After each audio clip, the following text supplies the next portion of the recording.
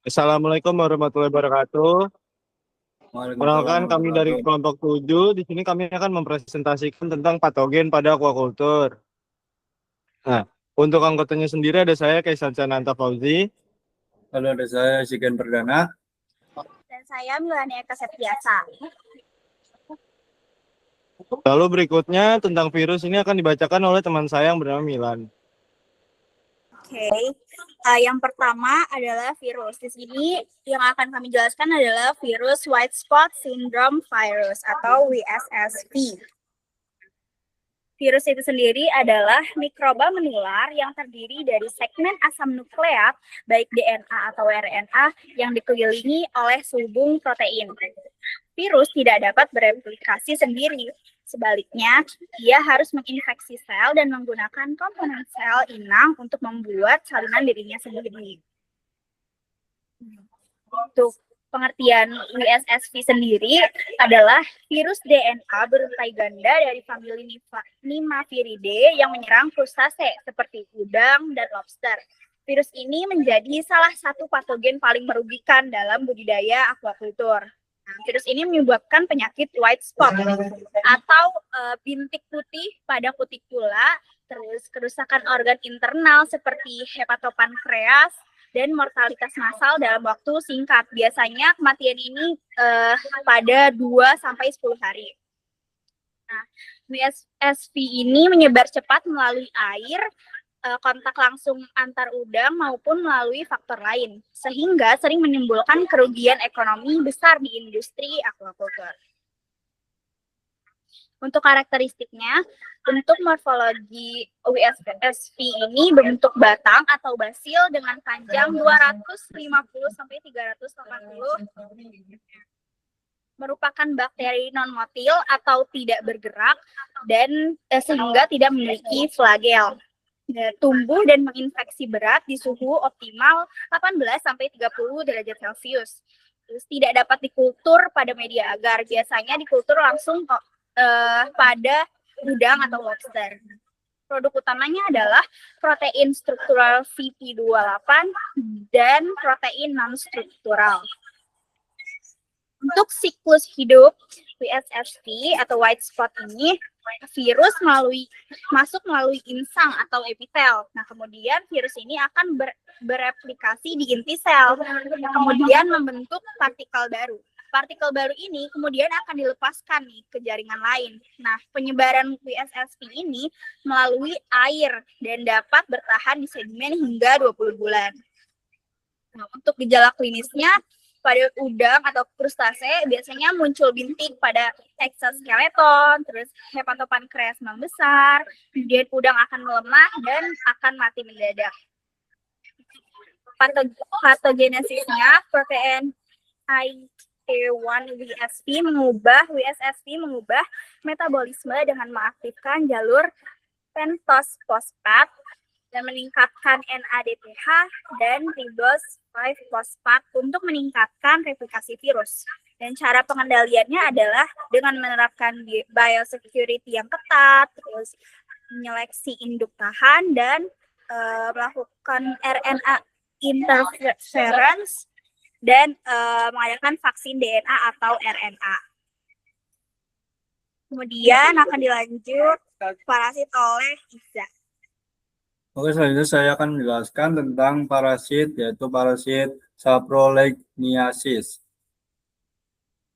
Parasit ini yaitu adalah organisme yang hidup menumpang pada atau di dalam makhluk hidup lain, disebut inang atau hospes, dan mengambil nutrisi untuk bertahan hidup, namun merugikan inangnya.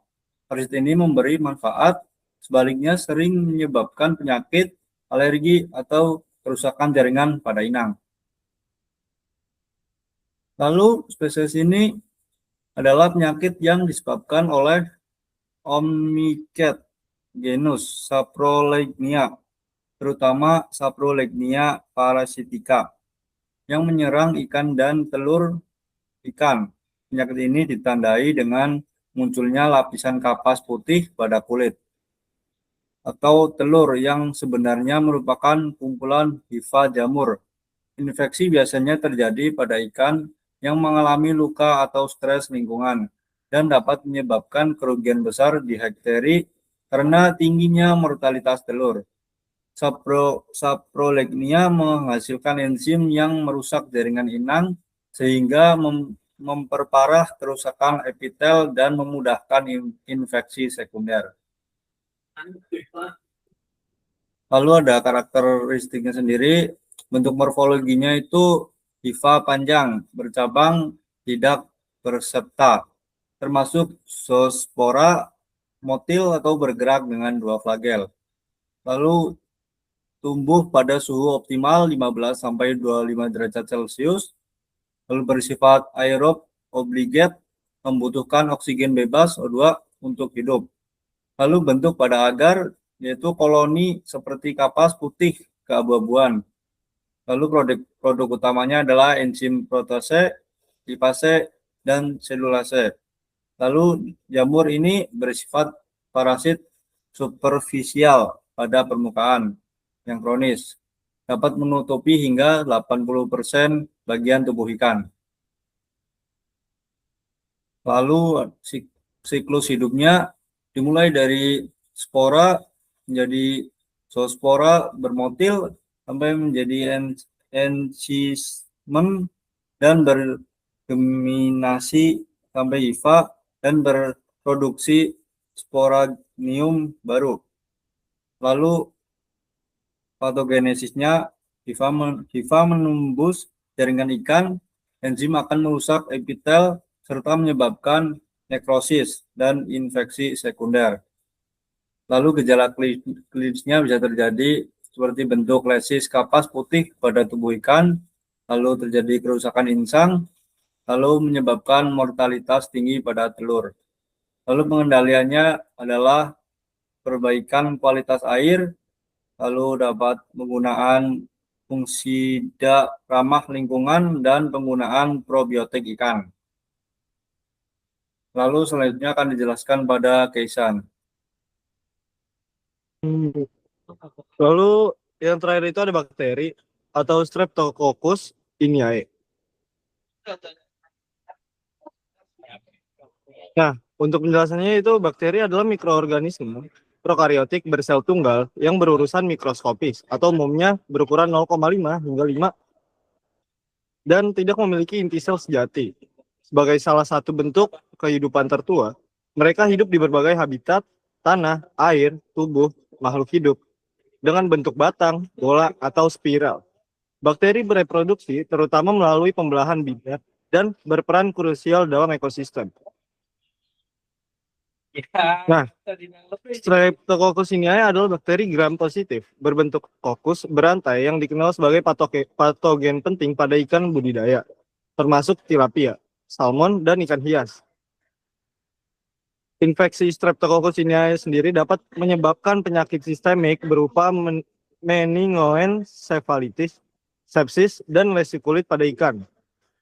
Selain itu, bakteri ini juga bersifat zoonosis, dapat menular ke manusia yang menangani ikan, menyebabkan selulitis atau endokarditis. Faktor virulensi utama meliputi hemolisin, kapsul polisakarida, dan kemampuan membentuk biofilm, yang membuatnya sulit dikendalikan dalam sistem budidaya. Nah, untuk karakteristiknya sendiri itu ada bakteri gram positif, lalu bentuk morfologi kokus, bulat, berantai, merupakan sel bakteri non-motil atau tidak bergerak, tumbuh pada suhu optimal 25 hingga 30 derajat Celcius, bersifat anaerob, fakultatif, dapat hidup dengan oksigen dan tanpa oksigen. Lalu oksidase negatif, nah untuk produk utamanya sendiri yaitu hemolisin protease, eksotoksin, biofilm, menyebabkan infeksi pada ikan dan zoonosis pada manusia.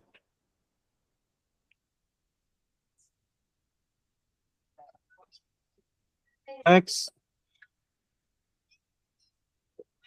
Nah, untuk siklus hidupnya itu bakteri masuk melalui luka atau insang, berkembang biak di darah, menyebar ke organ, hati, limpa, otak, lalu menyebabkan sepsis. Nah, untuk gejala klinisnya sendiri, menimbulkan lesi pada kulit, menyebabkan sepsis, menimbulkan meningoencephalitis, dapat menyebabkan mortalitas tinggi. Untuk pengendaliannya, vaksinasi ikan, menerapkan biosecurity, penggunaan probiotik, penggunaan antibiotik sesuai uji sensitivitas. Nah, patogenesisnya sendiri itu faktor virulensi seperti hemolisin, kapsul, polisakarida, dan gen resistensi antibiotik menyebabkan kerusakan sistemik. Next. Oke, terima kasih. Mungkin sekian dari kelompok kami. Wassalamualaikum warahmatullahi wabarakatuh.